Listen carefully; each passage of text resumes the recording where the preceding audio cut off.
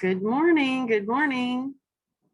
Thank you everyone for attending this week's webinar series. My name is Samantha Nelson, and I am the program manager for the Purdue Foundry Westgate at the Westgate Academy. Today, we're hosting a webinar with Work and Learn Internship Program, or you might know it as Indiana INTERNnet.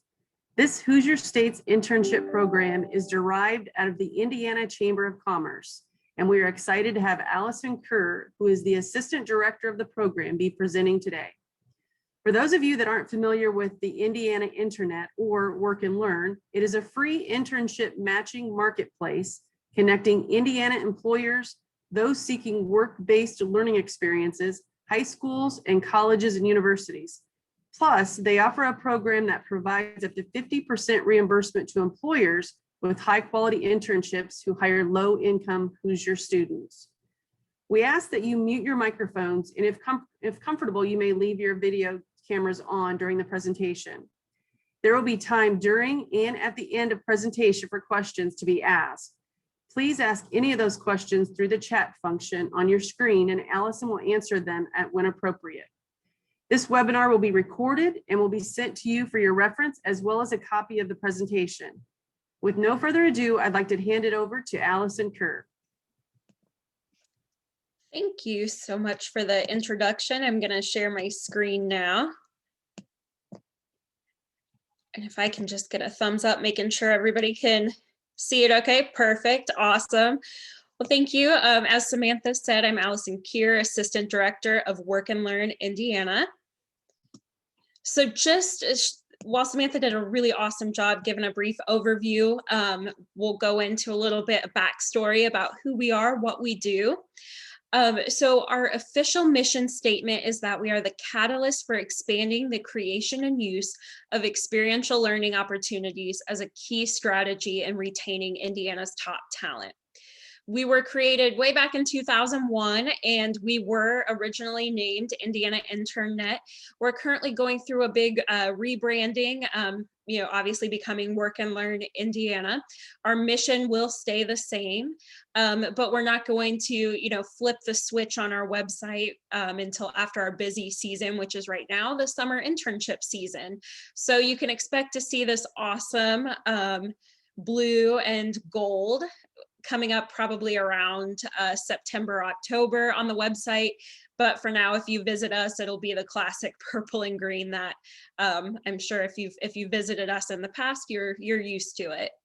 But when we were created, it was a response to a series of studies showing that Indiana had a huge issue with brain drain. So students were receiving degrees, and they were receiving their degrees here, and then after graduation moving elsewhere to pursue a career. So in hopes of exposing them to these work-based learning opportunities early, they'll realize the career opportunities that await them after graduation and hopefully stay here in Indiana. Initially, we were hosted by the Indy Chamber in partnership with the University of Indianapolis. So it was very much an Indy focus. However, currently we are a program of the Institute for Workforce Excellence, which is a 501c3 subsidiary of the State Chamber of Commerce. So we do serve the entire state of Indiana. So with a new brand comes a new vision. As I mentioned, our mission stays the same, but we have a new vision and key drivers. So our new vision is that everyone living in Indiana who wants a high quality work and learn experience will be matched with a Hoosier host employer. So what that really means is that we want to be, all encompassing with work-based learning. So not just internships, not just the typical college student intern, serving everyone. So anyone from a high school student to potentially a career-changing adult, and then also not just internships, so anything from a job shadow, which is very short-term, to an apprenticeship, which is a very long-term, multi-year commitment, is what we want to support. And then our key drivers is that we're career connected, employer driven, and equity focused. So by career connected, meaning that we are helping to connect individuals to a work-based learning experience that will prepare them for a future career, give them skills, skill them up for to be career ready. employer driven, meaning that we work closely with employers around the state to make sure that we are, helping them with their talent needs. And then equity focused, we are really focused on developing a diverse talent pipeline for companies around the state. So working to ensure and promote equity throughout the state and support anyone who is looking for a work-based learning experience. So before we kind of dig into the nitty gritty of things, it not to overwhelm you with all different types of work-based learning, today we're just going to focus on internships because we're in the summer internship season. Just if you haven't had an internship program, just making sure that we're all on the same page. How we define internships is that it's a form of structured and supervised experiential learning that provides students practical experience in their chosen field. It's not an externship or job shadows. As I mentioned, those are very short, typically unpaid. It's not, a co-op or an apprenticeship. Those are much longer, typically multi-year investments with a student. An internship is a more short-term, temporary work-based learning experience. So if you haven't had an internship program before, or if you do have one, typically it's going to fall alongside this standard traditional internship model. So those are 12 to 16 weeks in length, 15 to 30 hours per week, obviously a little bit less during the school year, a little bit more during the summer, typically in line with academic semesters, so spring, summer, fall, and winter. Primarily a pool of talent pool of college students. However, we're seeing that change with more high school students getting involved, typically college juniors or seniors, and it is typically paid. And we see, so this is the statewide average, so that includes all industries. The average hourly wage that we see is about $13 an hour. I would say if employers are trying to figure out how much to pay, I say anything between $10 to $15 an hour is what I typically see. Obviously, some of those IT manufacturing types of internships do get paid more. And then, typically I'll see like human services or marketing, something in nonprofit will be on the lower side of that range. So with COVID-19, we saw internships change, and they had to change pretty quickly in order to, keep their programs going or to find interns during the summer. So this is kind of what we saw across the board. We saw a decrease in number of interns and or hours per week. So companies, what at least I've experienced is companies still wanted to host interns, but they realized that they may not be able to host as many as they typically had in the past, or have them work as many hours that they have. And a lot of times that was because they had to change their internship to either a virtual or a hybrid program. And that hybrid internship program, which is a part virtual and a part in-person type of internship. So what that means, a student may work virtually 3 days a week, and then they may be in person 2 days a week. That was actually really popular with both employers and students. So we survey these students and employers. We actually just surveyed employers, asking them about their summer internships. Those results can be found on our blog. But we realized that students, they responded over the summer that they got the most out of a hybrid experience compared to a virtual experience. And employers preferred to have their interns, if they couldn't host them in person, a hybrid was kind of a better option because they're still able to get exposed to your company, the culture involved, but you can still remain within the CDC, the COVID guidelines. Another thing that we saw a lot of employers do, if they did have to change their internship program to be completely virtual, they brought some previous interns back. So if you're thinking about hosting an intern this summer and you're still not sure if you can have them in person, this could be a really good option to consider. If you had some interns either last summer or during the fall who did a really great job and they may be interested in coming back, it's really easy to transition them to working virtually because they're familiar with your company, they're familiar with the experience, and it can make that transition easy. From the surveys that we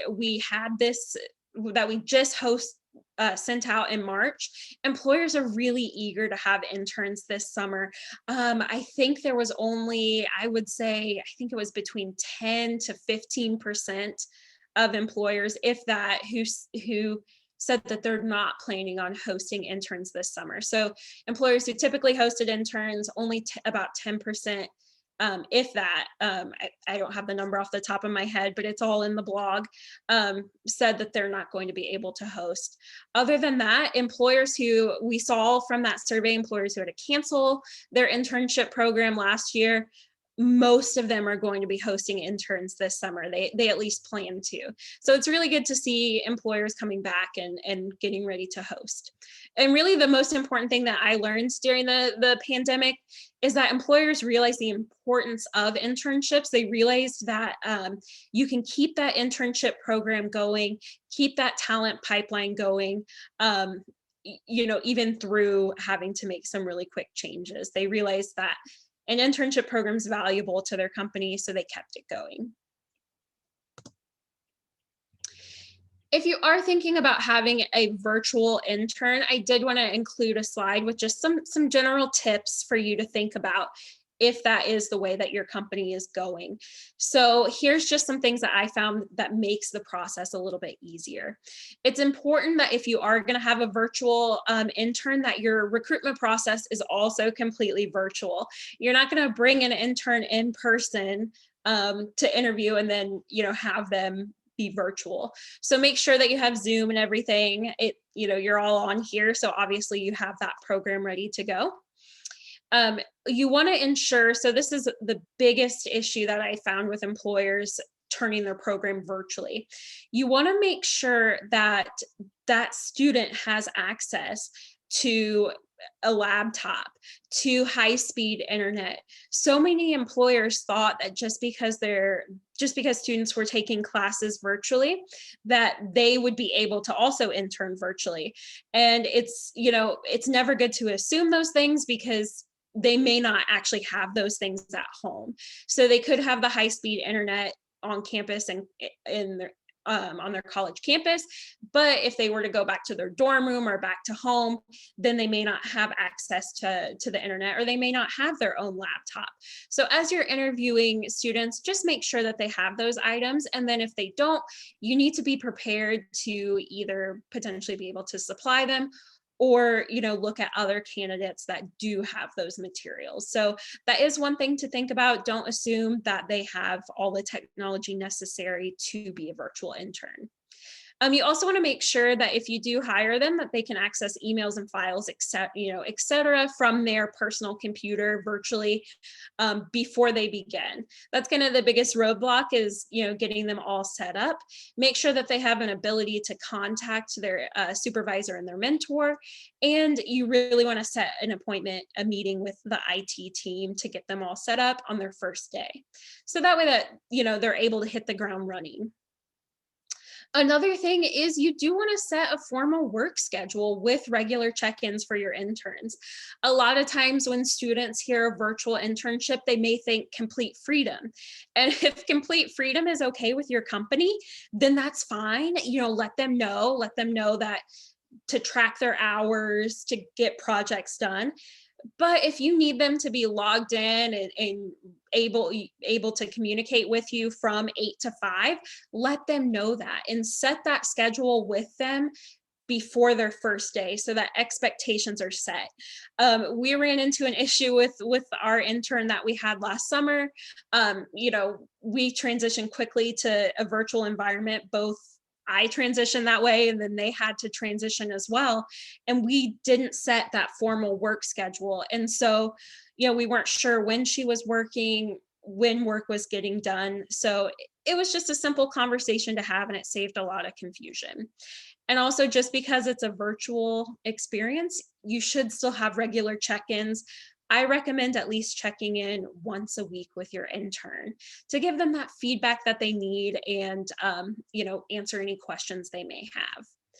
Also, even though it's virtual, it needs to have the 2 S's that I like to say: structure and supervision. Just like an in-person internship, it needs to have those things to make it a successful program. And also, you can still plan a fun first day. You don't have to be in person to have fun. When we met with our interns over the summer, we sent them a Grubhub gift card, and we all just sat around and ate lunch together for their first day, asked some getting to know you questions, and just really had a good time. And regardless of if it is a virtual internship or a traditional internship, if you are new to starting a program, new to writing a description, I always tell employers to think of these 3 structures. So the first structure is you want to think of additional capacity for mission critical projects. What are those things that your company does every single day that an intern can add to get it done more efficiently? Be an extra set of hands. So that's, number 1 as you're thinking about things an intern can do. Number 2 is leadership opportunities for secondary projects. Is there a larger project that an intern can own from start to finish? So think about, if you're having a marketing intern developing a communications plan, or, if you're having an accounting intern creating a budget for the company, or a budget for a certain sector of your company. Really think of something big that they can add to their resume, have a deliverable when they finish. And then final, solo work on back burner projects. I call this the 25th hour in a day project. So if your company has 25 hours in a day, what would you do with that extra hour? So that's something that an intern can do. They can kind of take that on and get those things accomplished for you. So it's really all about finding ways that an intern can add value to your company, and then ways that they can also, have something to add to their resume and a deliverable. So now that you've got your internship description written, employers always ask, okay, when do I post? When is too late? When is too early? What's a good time? So this is just the common things that we see on our website. So for summer, a lot of them are posted December to early March, fall, April to early June, spring, September to early November. And really the biggest reminder is, if you are thinking about recruiting for summer 2021, you need to get your positions posted as soon as possible. It's not too late, but a lot of these positions are getting filled. You've got your internship position ready, you're going to post. How can you find an intern? So here's just some places to think about marketing your internship. If your company has a careers page, post your internship along with that. A lot of students search those pages, your company page, they could find your opportunity that way. Connect with college and university job boards, although I'll show you in a later slide that we can help with that to save you from having to copy and paste.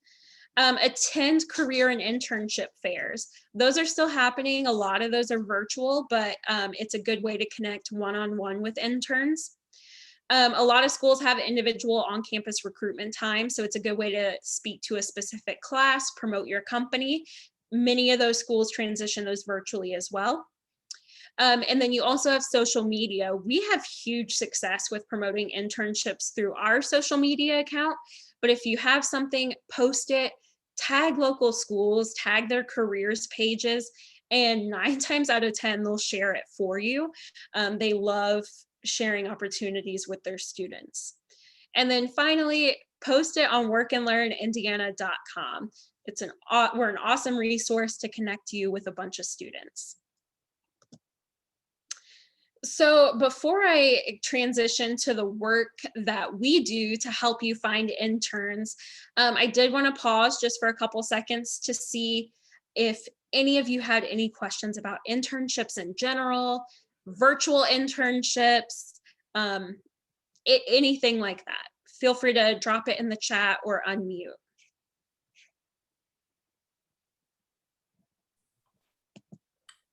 Allison, can you hear me? Yep.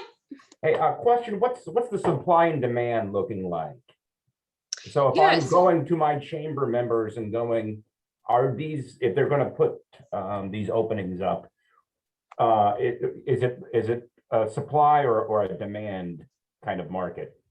Yeah, this is always across the board for us, regardless of anything going on, but we always have more students than we do internship opportunities. So right now, I just pulled it up on my phone.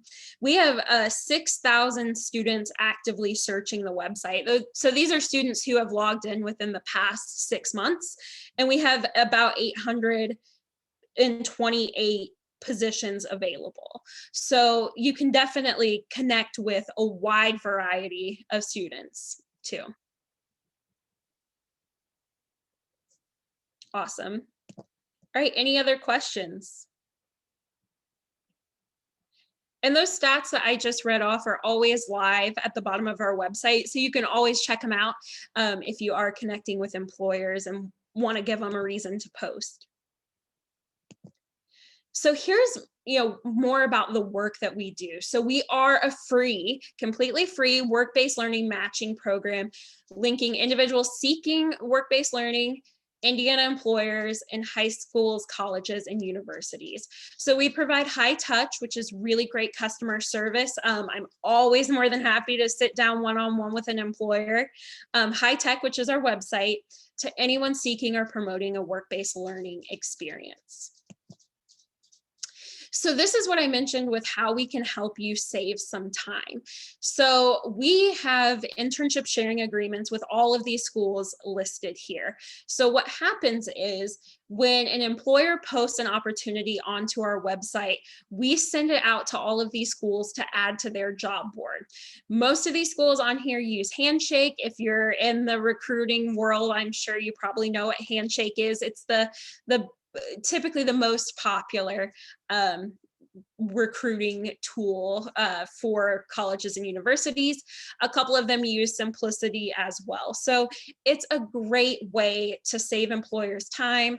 They're able to make one posting and reach all of these schools. Any student who sees the opportunity on, let's say it's Purdue's job board, if they see one of the internships from our site, they can view the information and they are automatically redirected to our site to apply. So it's a great way to keep everything in one place.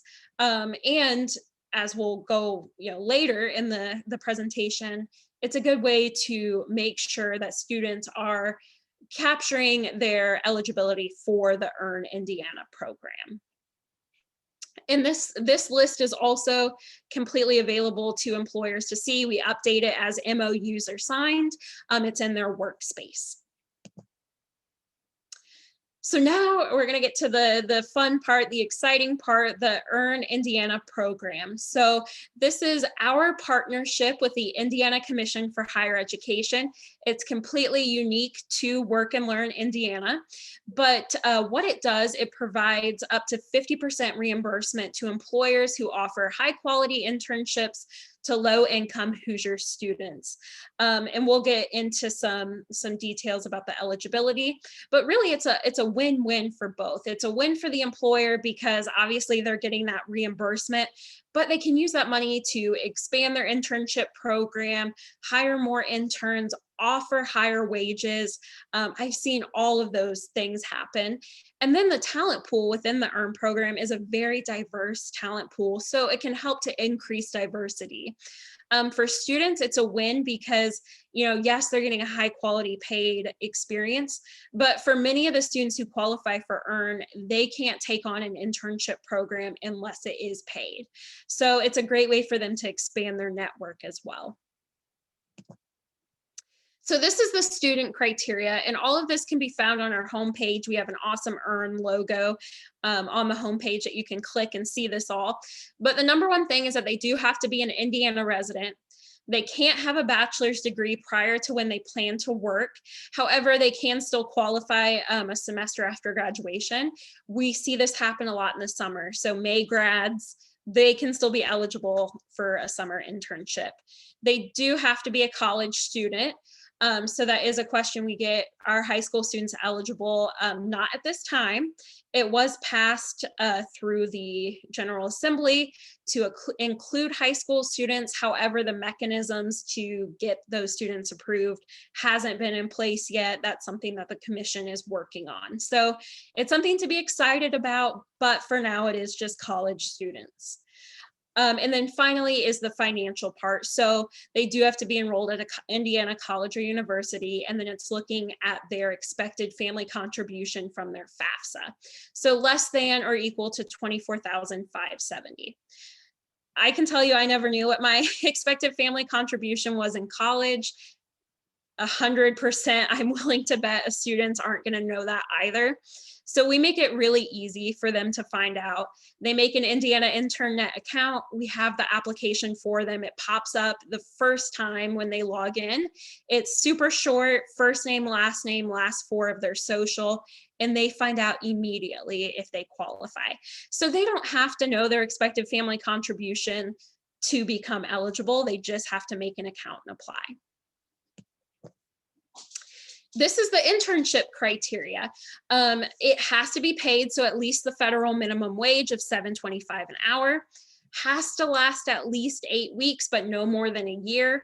That was a sustainability measure put into place. So companies can receive reimbursement for the same intern up to a year. After that year, they're responsible for 100% of that reimbursement. 12 to 20 hours per week during the school year, 12 to 40 hours per week during the summer. The work the intern does cannot be political or religious in nature since it is state funding. No more than 25% of the intern's work can be administrative in nature, and it can't already be designated as federal work study. So this is kind of really what they're looking at, is making sure that it's a high quality experience. They're not just making copies, getting coffee, things like that. So I know it's a lot of criteria. I do want to pause just for a second to see if anyone has any questions about either the student criteria or the internship criteria. I do, Allison. Yeah. So I'm an employer and I want to potentially take advantage of the earn, but yet how am I going to know if the college student that I'm looking for is eligible? Where does that connection happen? Yeah, so here's how a couple things, and I'll go to this slide here. So there's two ways. So if you're using our site as your sole recruitment source, any student on our website that has confirmed their earn eligibility, they're going to have this little green flag next to their name. So you can see that. Let's say though you posted with our site, you've submitted your internship for earn, but let's say that you found a really good intern off of our website. Maybe it's through connections at Purdue, for example. You found them that way. You can still utilize earn. However, you do have to see if that student qualifies for the program. So what I tell employers is maybe during the interview process, just have them take a couple minutes to make an Indiana INTERNnet account. Or Work and Learn Indiana account, apply, log in the first time, they'll submit the earn application. And like I said, they find out immediately if they qualify. So you can do it that way as well. You don't have to stop your connections and your resources that you're using, but you do have to have them verify.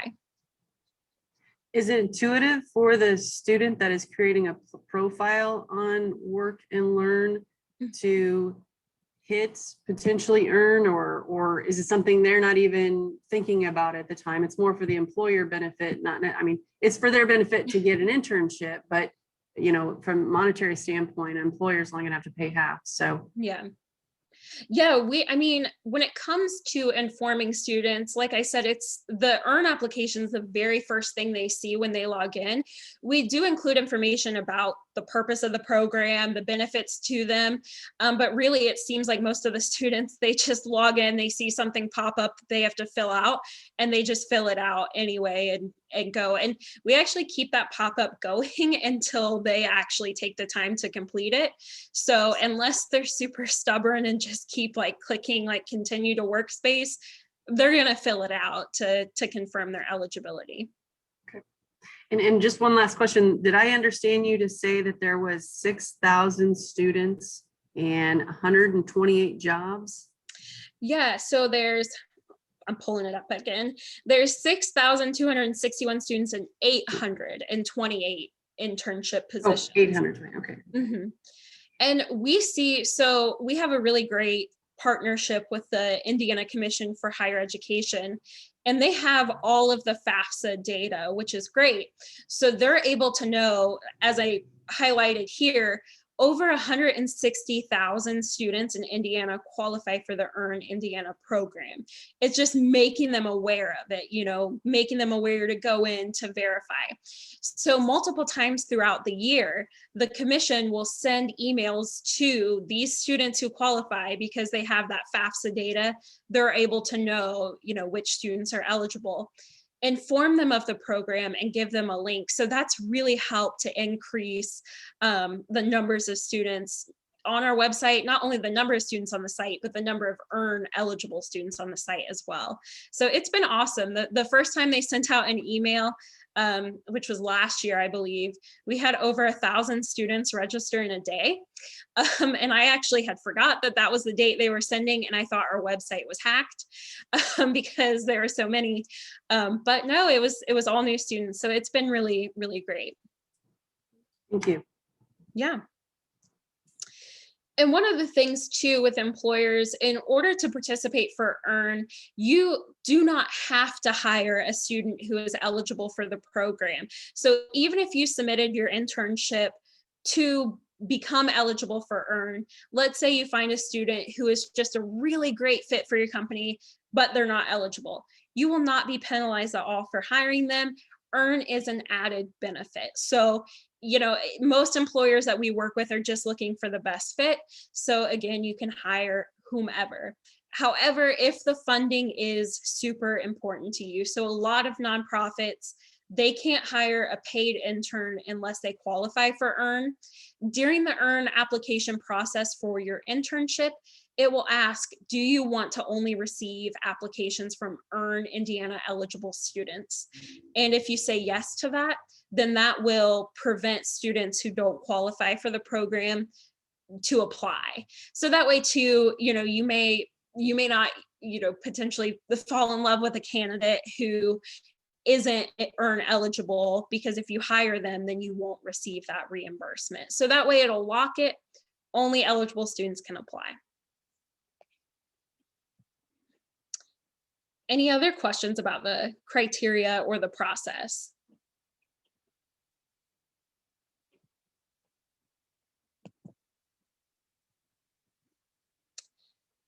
And as I mentioned, we really want you to keep all of your connections. I tell employers, use every single resource available to you to find an intern. When we surveyed students, a lot of students said if they hadn't found their internship through our website, the second most common response to finding an internship was through a personal connection, so either a parent or a friend. So if you do happen to find your intern off of our website, you can still use Earn. Here's the steps. As I mentioned, have them make a Work and Learn Indiana account, apply to Earn Indiana. If they are eligible, make sure your internship is posted onto our site and applied to the Earn program. And then you just have to mark the internship as being filled by that student. So it's really easy for you to do. You don't have to be tied into utilizing our site.